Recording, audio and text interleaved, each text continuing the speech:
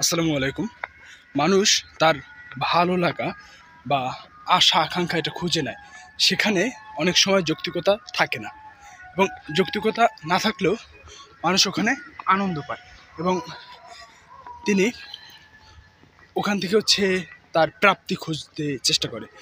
For example, আজকে আমি যখন আসছিলাম একটা অটোতে করে, তখন ওখানে ওই অটো ড্রাইভার একটা মসজিদ বা একটা মাহফিলে 50 টাকা দিল।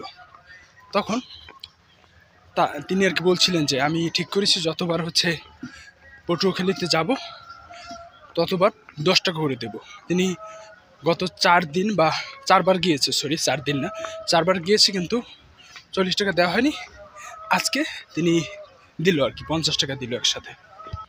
এখানে কিন্তু তার কোনো যৌক্তিকতা আছে কিনা আই ডোন্ট নো, বাট তার ইচ্ছা, তার আকাঙ্ক্ষা যে ওখানে দিলে কিছু একটা হচ্ছে। তিনি এরকম বলছিলেন যে আমি তো আর কি বলে বস্তা ভরে টাকা দিতে পারবো না, যেটা পারি এটাই অনেক, দেখে দিয়ে কিছু হয় কিনা।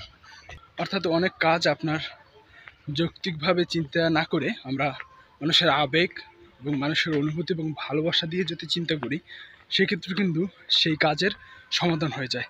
তবে একটা কথা কি, আবেগ দিয়ে জীবন চলে না, অনেকাংশে সেই আবেগটাও প্রয়োজন আছে। যাই হোক, আমি অনেক গ্রামের একটা পরিবেশে আছি। এই যে দেখেন, এই যে কাঁঠাল হয়ে আছে।